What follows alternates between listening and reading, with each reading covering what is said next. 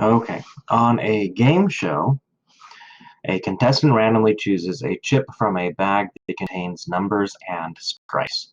The theoretical probability of choosing a strike is 1 out of 5, or 20%. The bag contains 8 strikes. Okay. How many chips are in the bag? Okay. So we're looking at this bag. Okay.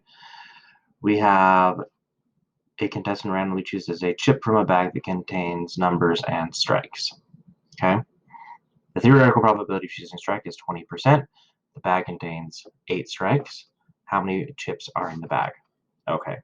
So I'm assuming that there's just a bunch of tiles and things in here. Okay. And we're not sure how many of them are in there, but we do know that there are 8 with strikes on them. So,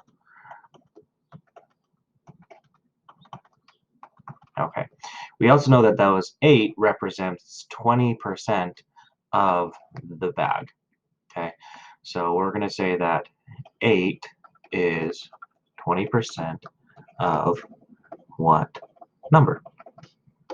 So to do this, we'd say A is equal to P times by W, or that 8 is equal to 0.2 times by W, dividing both sides by 0.2. We're going to end up with W is equal to 40.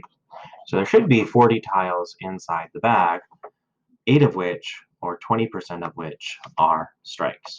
So we should have 40 things in the bag. Wonderful. Okay. Another way that we can look at this is with a proportion. Okay. If we want to say 1 out of every 5 things is a strike, and we know that 8 of those things are strikes, then we could just look like this and say to get from 1 to 8, we times by 8, and to get from 5 to x, we times by 8. So x should be equal to 40. Right? We have strikes out of chance of getting a strike, 1 out of every 5 tiles, so number of tiles. Okay.